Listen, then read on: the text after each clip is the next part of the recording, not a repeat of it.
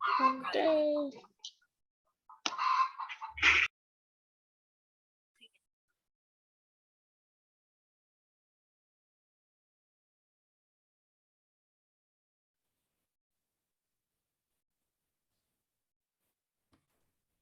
Buenos días.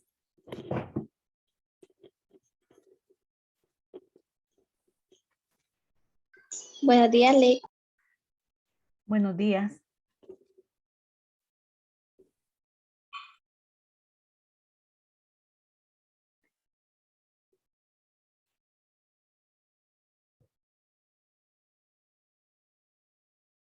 Me disculpo por el día de ayer, pero estaba dando la clase de las 9 y se fue el internet y regresó hasta en la tarde. Entonces tenemos que reponer el día de ayer y lo vamos a hacer el día jueves, que el día jueves lo que teníamos programado es la primera evaluación del parcial, pero probablemente la recalendaricemos, pero la colocaremos ya sea el mismo jueves por la noche o el día viernes. Yo les voy a enviar un mensaje por la noche indicándoles cuándo se va a realizar y preguntándoles si alguno de ustedes tiene inconveniente en la hora. El jueves va a ser clase normal. Bien. El jueves de la semana anterior les dejé un documento PDF donde habían 2 programas para que ustedes los pasaran a Java. Bien, vamos a trabajar con uno de ellos, que es el programa de taxi, solo que le vamos a hacer unas modificaciones para implementar ya 2 temas. Estos temas son los procedimientos y el otro tema es las estructuras de decisión. Voy a comenzar con el tema de procedimientos y vamos a diferenciar lo que es una función de un procedimiento. Ambos son subrutinas, son bloques de códigos que se invocan desde el procedimiento main hasta que ejecutan una o más instrucciones y hasta ahí podríamos decir que es la similitud de las mismas.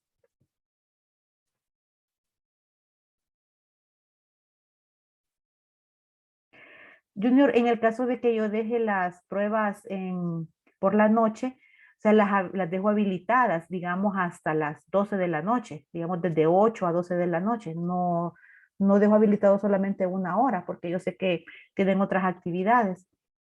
Entonces, por eso va a ser el correo, para ver si ninguno de ustedes tiene inconveniente con la hora. En el caso de que yo la deje el jueves por la noche, repito, la dejaría de 8 de la noche hasta las 12.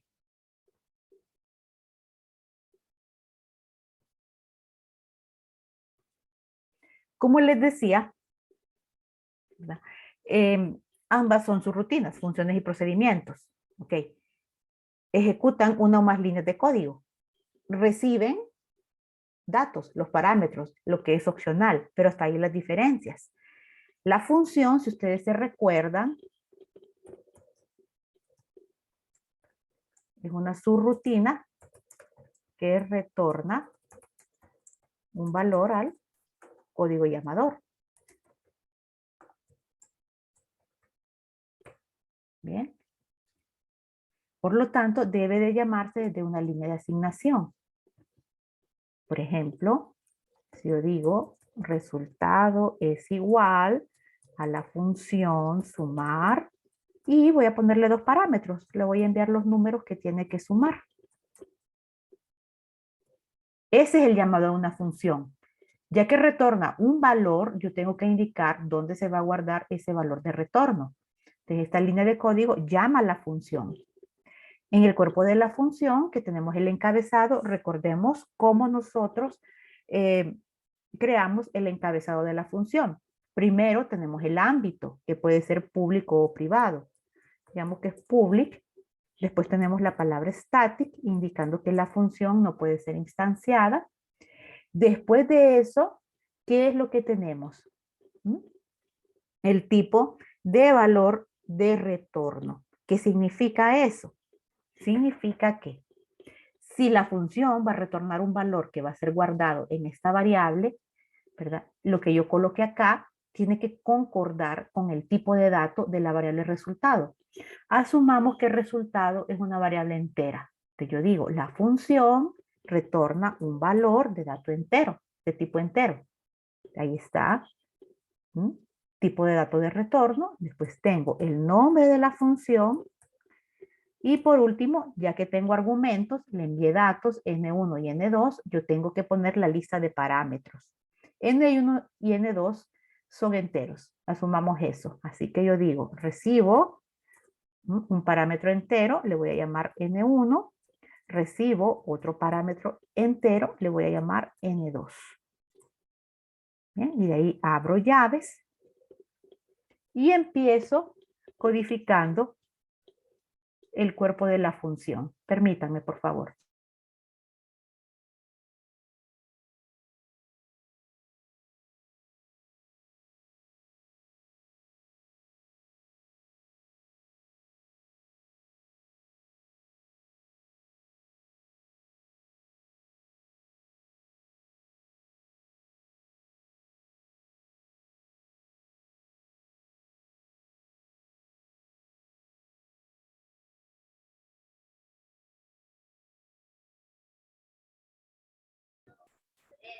Ok. Entonces aquí en el cuerpo de la función, pues voy a codificar, si tengo que definir variables, defino variables, todas las instrucciones que necesite. Pero voy a encontrar siempre en una función esta instrucción, el return, porque es el valor de retorno lo que la función regresa. Supongamos que el resultado lo guardo en una variable local que se llama R. Entonces regresa el resultado, finalizo la función. Este R lo regresa ¿a dónde? El valor guardado ahí, lo regresa acá, a resultado. ¿Bien? Y esa sería la forma en cómo trabaja una función, que es lo que hemos visto hasta ahorita. Miremos lo que es un procedimiento.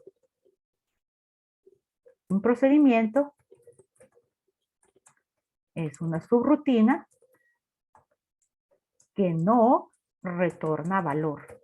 Ahí está la diferencia. Subrutina que no retorna valor. Ok. ¿Cómo vamos a hacer para llamar a un procedimiento? No va a ser desde una línea de asignación. O sea, no va a ser desde una instrucción de este tipo. A la variable resultado le asigno el valor que retorna la función. No. Para invocar un procedimiento, únicamente lo hago escribiendo el nombre del mismo. Supongamos que se va a llamar procedimiento sumar. Y que también le vamos a mandar dos datos, los números que va a sumar, N1 y N2. ¿Ok? Ahí está el llamado al procedimiento. Miren, no estoy diciendo la variable tal es igual al procedimiento tal. No, simplemente el nombre del procedimiento y la lista de argumentos si las necesitara. Ahora, el cuerpo de la función, definamos el encabezado, contiene casi los mismos elementos. Primero, el ámbito, público o privado. Digamos que es público. Después, static, un procedimiento que no puede ser instanciado. Ahora, donde antes teníamos aquí en la función que teníamos que indicar qué tipo de valor retorna, aquí vamos a colocar void. Void significa no retorna valor. Subrutina que no retorna valor. Esa es la diferencia entre función y procedimiento. De ahí coloco el nombre del procedimiento, procedimiento sumar, y como aquí tiene argumentos, tengo que listar la lista de parámetros acá. Recibe un valor de tipo entero que se llama N1, recibe un valor de tipo entero que se llama N2. Abro llaves indicando el inicio de las instrucciones de este procedimiento y codifico todo lo que yo necesito para llegar al resultado. Y después cierro llaves indicando el fin del procedimiento. Pero vean ustedes que nunca acá, en un procedimiento, yo voy a incluir la cláusula return. Miren las diferencias. No puede existir una cláusula return dentro de un procedimiento, porque el procedimiento no retorna nada. Diferencias, resumo, entre función y procedimiento. La función se llama desde una línea o instrucción de asignación. ¿Por qué? Porque lo que retorne hay que asignárselo a una variable. El procedimiento se llama desde una línea simple donde solo se escribe el nombre del procedimiento y la lista de argumentos si existieren. ¿Bien? El encabezado. En el encabezado de la función yo tengo que indicar el tipo de valor de retorno. En el encabezado de un procedimiento yo pongo la palabra void, indicando que no retorna valor. Y la última, en el cuerpo del procedimiento, de la función, tiene que existir una instrucción return para que regrese ese valor al punto donde fue llamada. En el cuerpo del procedimiento nunca va a existir una cláusula return, ya que el procedimiento no retorna valor. Esas son las diferencias. Revisen por si tienen preguntas.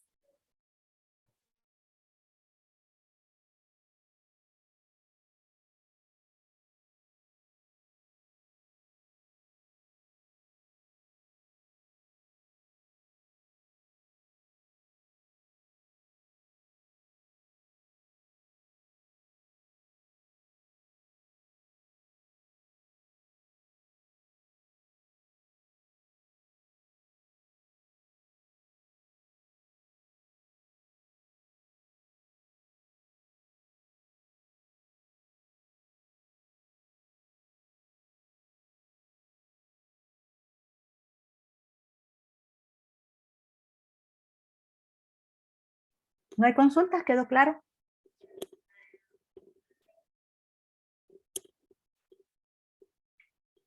Bueno. Después vamos a ver el código para explicarles, ¿verdad? Las funciones y los procedimientos que están en esta modificación que realicé de ese código del taxi. Ahora vamos a ver la parte del segundo tema, que son las estructuras de decisión.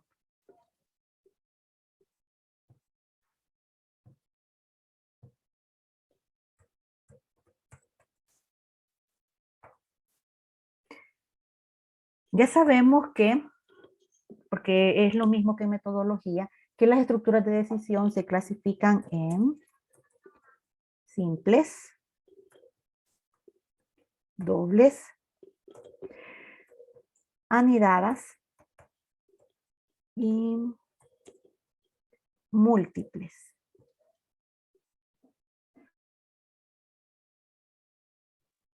Bien. Ahorita vamos a ver la 1 y la 2, la simple y la doble. Te voy a poner acá que es una decisión simple.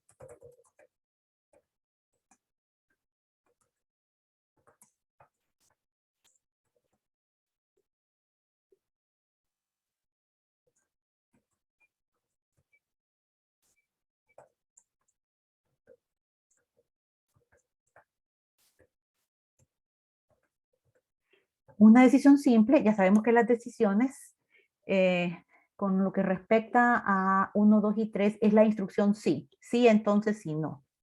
Eso en metodología, a nivel de pseudocódigo. Bien, entonces la decisión simple es aquella que cuando nosotros evaluamos la condición, solo hay instrucciones en la parte del entonces. Solo si la instrucción es verdadera, hay una o varias acciones a seguir, ¿verdad? Y no existen instrucciones, o sea, no existe la parte falsa, porque indica si es falso, no vamos a hacer nada. Solo lo hacemos cuando la instrucción es verdadera. Esa es la decisión simple. Por ejemplo, si yo digo si A es igual a 10, y teníamos, esto es pseudocódigo, entonces, y voy a definir una acción a seguir. Escribir. Aquí tengo una instrucción. Y después cierro. Cierro el sí entonces. Miren, no hay parte falsa. Ahí no existe el sí no. Esa es una decisión simple. La decisión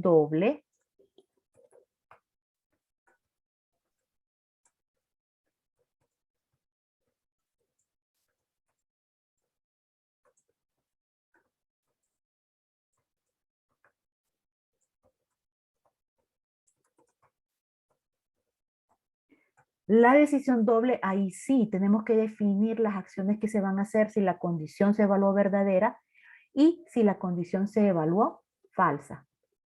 Perdón, sería o. porque es excluyente. Ejemplo, el mismo. Si A es igual a 10, entonces digo que voy a hacer si es verdadero.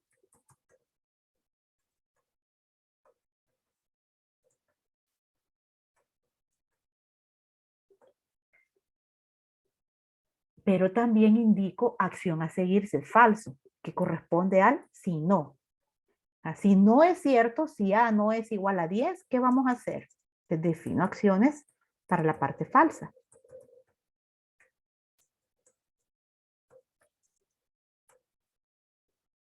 ¿Mm?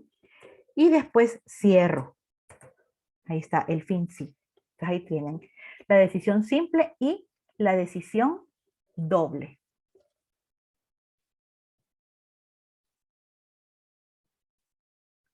¿Estamos claros con eso? Sí. Bueno. Ahora, la sintaxis en Java de ambas.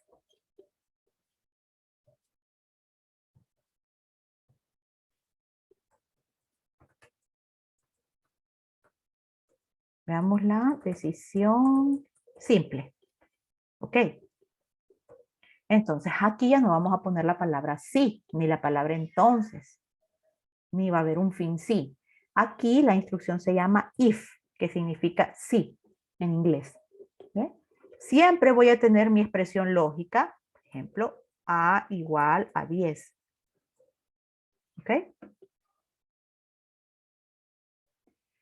No voy a tener el equivalente entonces. Esto aquí en Java lo omitimos.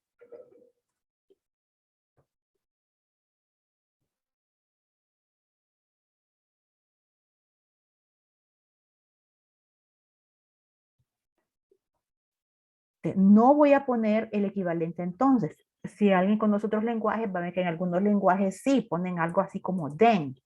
Aquí no. Entonces después, listo, lo que voy a hacer si la condición es verdadera. A ver, escribir. A es igual a 10. ¿Ok? Y hasta ahí queda. Ya. Esa es la decisión simple. ¿Bien? No hay parte falsa. Ahora, la decisión doble. Ahí sí, tenemos que codificar tanto para verdadero como para falso. Le voy a poner la misma, if, así, expresión lógica, A es igual a 10, ¿verdad? ¿Qué voy a hacer si es cierto?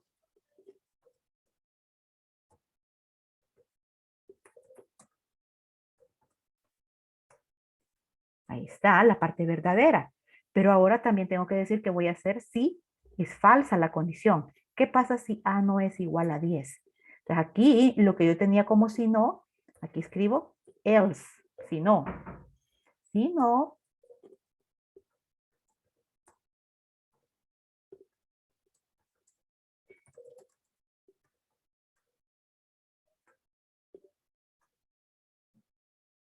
¿ok? Y ahí queda. Entonces ahí tienen la sintaxis de la decisión simple y de la decisión doble. Revisen, por favor.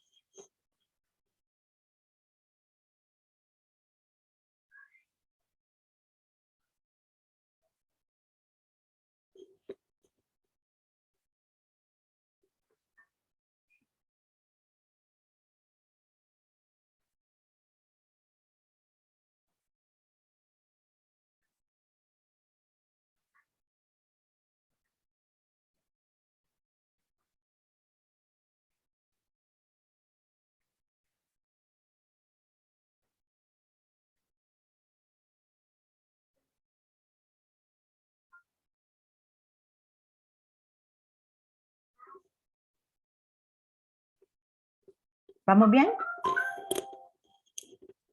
Sí.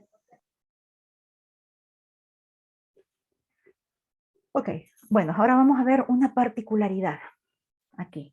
Ya nos quedamos con la sintaxis de Java. Ok. Hay unos símbolos que utilizamos bastante en Java, que son estos. Abrir llaves, cerrar llaves. ¿Para qué creen que sirven?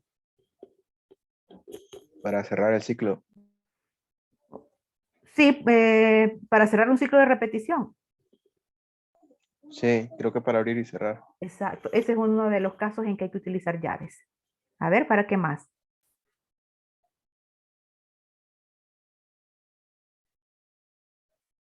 Para crear las clases. No para crear las clases. Para indicar que el inicio y el fin de algo. Abro llaves para indicar el inicio de un código y cierro llaves para indicar el final de un código.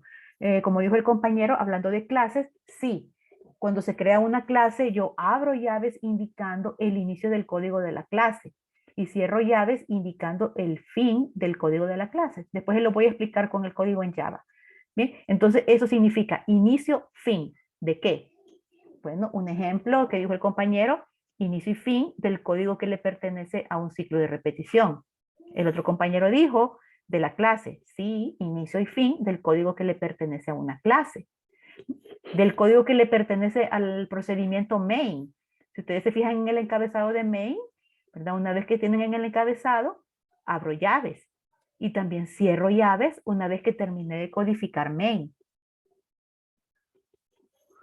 Otra parte donde utilizamos las llaves, en las funciones y procedimientos, para indicar dónde inicia el código de una función y dónde finaliza. Ya los hemos usado ahí. ¿Bien? Otra parte donde utilizamos llaves son en las estructuras condicionales. Aquí no las utilicé. Ya vamos a ver en qué casos se utilizan. Digamos que vengo yo y aquí en esta decisión simple abro llaves en este punto. Bueno, aquí debería de ir un punto y coma. Y cierro llaves acá. Perfecto. No va a haber ningún problema. No me va a dar error. ¿Por qué? Porque aquí las llaves indican, voy a iniciar a codificar, ¿verdad?, las instrucciones de la parte verdadera de esta condición. Y cerrar llaves acá significa, ya finalicé de codificar las instrucciones de la parte verdadera de la decisión. ¿Okay? ¿Por qué las omití en primer lugar? Aquí. Porque cuando solo es una línea de código, no es obligatorio poner las llaves, ya que el compilador va a entender que esa única línea de código le pertenece al if. Pero si yo tuviera algo así, o una segunda línea de código, no importa cuál.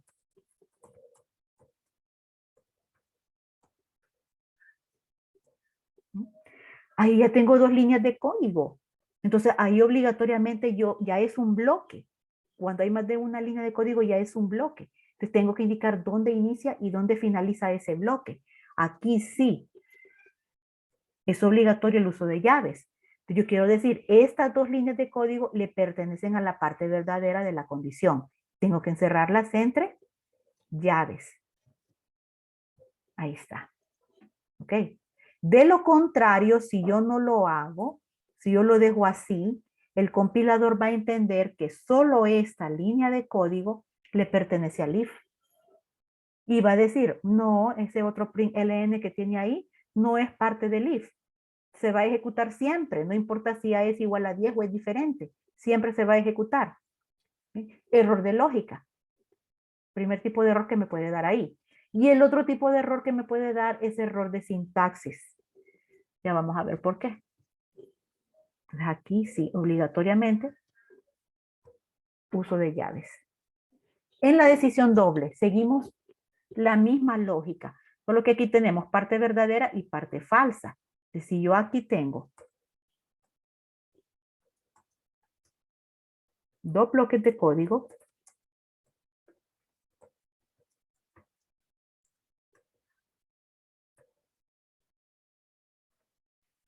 ¿ven? Aquí ya no es un error de lógica lo que me va a dar. Aquí me va a dar un error de sintaxis. ¿Y por qué? Porque dice, no solo esta línea le pertenece a if a igual a 10. Solo esa se va a ejecutar cuando A sea igual a 10. La otra no forma parte del if. Entonces, para mí, dice el compilador, la decisión, la estructura if, toda la estructura if finalizó acá. Solo esto es el if. Entonces, bueno, con esta no hay problema. Es una línea de código general. No está condicionada a nada. Pero después va a venir el compilador y dice, con esto sí tengo problema. Este else no tiene un if. No le pertenece a un if. Así es como lo interpreta. ¿Y por qué lo interpreta así? Porque para él, el if fue solamente esto. Ya que yo no encerré el bloque entre llaves. Ahora acá, miren, dice, sí, ahora sí, yo sé que estas dos líneas le pertenecen a la parte verdadera de A es igual a 10. Y hay una continuidad, y este else le pertenece a este if, ¿verdad? De igual manera, si el else tiene más de una línea de código, debo de encerrarlas entre llaves.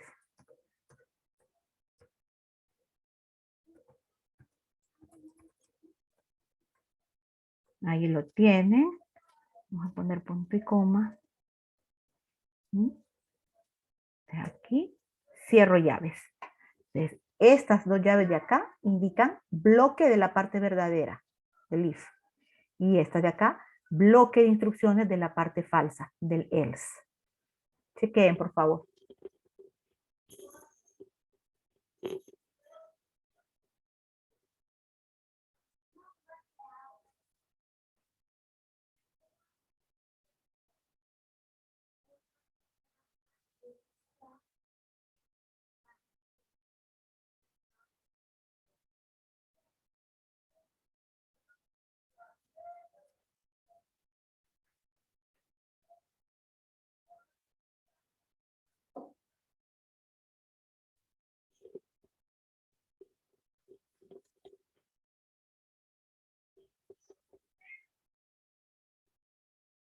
¿Estamos bien?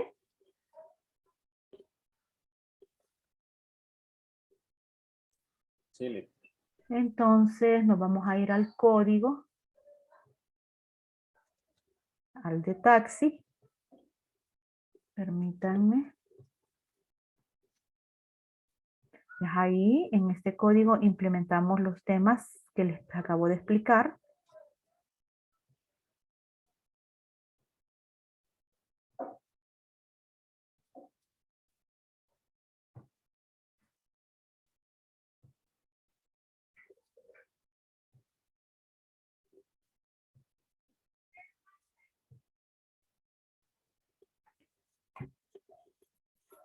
Ok, ahí lo tenemos. Miremos primero el asunto este de las llaves.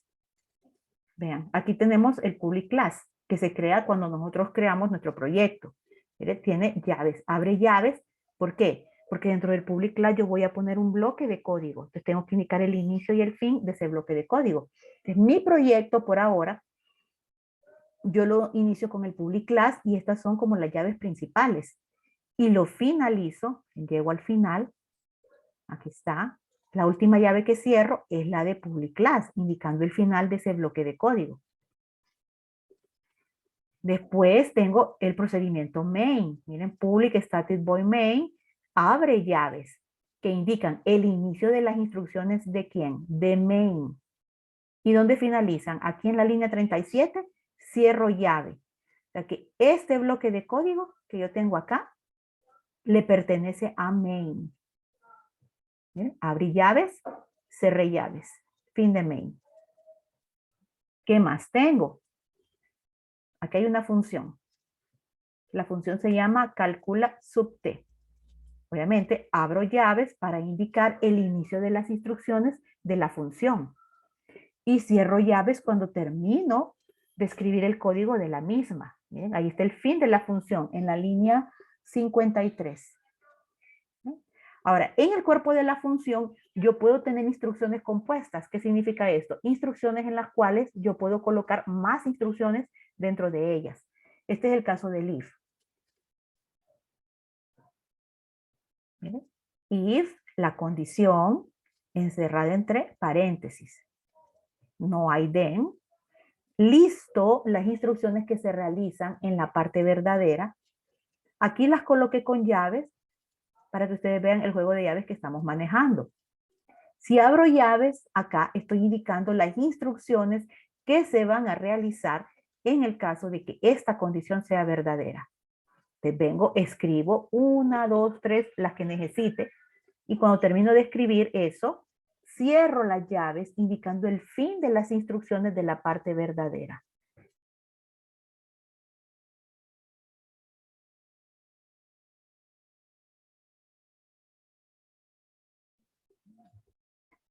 Mismo caso con el else. El else, o sea, la parte falsa de esta condición, abro llaves indicando el inicio del bloque de código del else.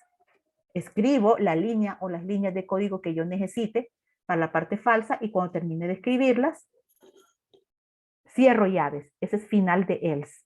Cuando llegue el final de else, se entiende que ya es el final de toda la estructura condicional. Esta es una condicional doble porque tiene acciones en la parte verdadera, aquí, y acciones en la parte falsa. ¿Bien? Hay una sentencia return porque es una función. Finalizo. El cuerpo de la función. Aquí hay otro ejemplo de otra función. ¿Miren? Estas llaves, ¿qué es lo que hago? Indican inicio del código de la función calculadesc. ¿A dónde finaliza la función? Acá. Cierro llaves indicando el final del código de la función. Aquí tengo una estructura condicional simple. Solo hay acciones a realizar para la parte verdadera. Entonces, if, o sea, si, este es el subtotal. Si el subtotal es mayor a 1500, ¿qué voy a hacer? Realizo esta operación aritmética. Yo le encerré entre llaves para ver el juego de llaves que hay. Entonces, inicio de las acciones a realizar en el if. Final de las acciones a realizar en el if. ¿Bien? Entonces, este es un bloque de código. Está delimitado por llaves. Este es otro bloque de código. Está delimitado por llaves. Y por último, aquí tengo un procedimiento. Miren, ¿por qué sé que es un procedimiento? Bueno, aquí está el void. No retorna valor. No tengo ahí un tipo de dato. Ni float, ni nt, ni char, ni nada. No hay tipo de dato. Simplemente está la palabra void, indicando que no retorna valor.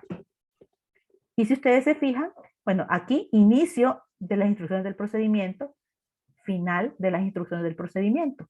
Y si se fijan, en el cuerpo del procedimiento no existe una sentencia return.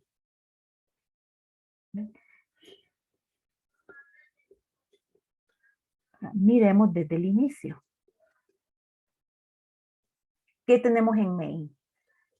Bueno, lo primero es preguntar cuál fue la distancia recorrida.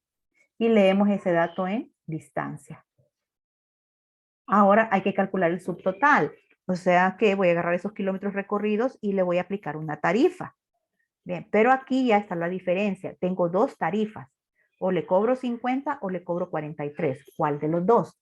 De eso se va a encargar la función calcula subtotal. La llamo a la función y le paso la distancia recorrida. Vamos a buscar. Aquí está. Función calcula subtotal. Recibe la distancia. Tiene una variable local. Se llama t. Evalúo. ¿De qué depende aplicar 50 o 43? Pues de la distancia que se recorrió. Y digo, si la distancia que se recorrió es mayor o igual a 100, yo voy a aplicar 50 lempiras por cada kilómetro. Aquí. Si es verdadero. Pero si esta condición es falsa, se va a ir acá. Y en el caso de que no haya llegado a los 100 kilómetros recorridos, voy a aplicar 43 lempiras por cada kilómetro. Eso lo estoy guardando en la variable local t. Cuando salga de esta condicional, ya tengo el subtotal guardado en t y regreso ese valor.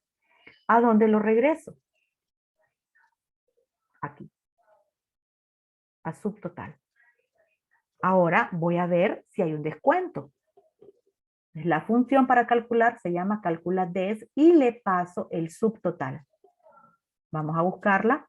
Aquí está. Entonces yo digo, solo puede haber descuento si el subtotal es mayor a 1500. Solo en ese caso. Define una variable local que se llama D para guardar el descuento y la inicializo en 0. Solo en el caso de que el subtotal sea 1500 va a dejar de ser 0 el descuento, que es acá. Evalúo. Si el subtotal es mayor a 1500, el descuento es igual al subtotal por 10%. Decisión simple, no hay parte falsa. ¿Okay? Así que aquí termina. Vamos a pasarlo aquí. Aquí termina mi condición, no hay un else. ¿Y qué es lo que voy a regresar? Lo que acabo de calcular. D. ¿A dónde? Al punto donde llamé la función. Lo va a guardar en descuento. Entonces ya tengo el subtotal, ya tengo el descuento. Lo que me queda es calcular el total a pagar. No voy a usar una función. Voy a usar un procedimiento. Lo llamo. Este es un llamado a procedimiento. Solo pongo su nombre y en este caso sí ocupa datos. Así que tiene lista de argumentos, el subtotal y el descuento. Busquemos el procedimiento. Aquí está. Calcula total. ¿Miren? No retorna valor. Está recibiendo el subtotal, que es de tipo float, y está recibiendo el descuento, que también es de tipo float. Define una variable local que se llama total, y después hace la resta. Subtotal menos descuento. Eso va a ser el total y lo guarda en esta variable. Como no puede retornar valor, es un procedimiento, entonces no puede decir regreso el total al código principal. No puede decir eso. Hace la impresión aquí. Al contrario de los demás que hacían la impresión de lo que calculaban y regresaban en main. Miren, esto era a través de función y esto era a través de función. Pero acá, al ser un procedimiento, no me quedó de otra que imprimir el dato aquí. Cuando miremos lo que es el ámbito de variables, vamos a comprender un poco más sobre este aspecto. Revisen por si tienen dudas.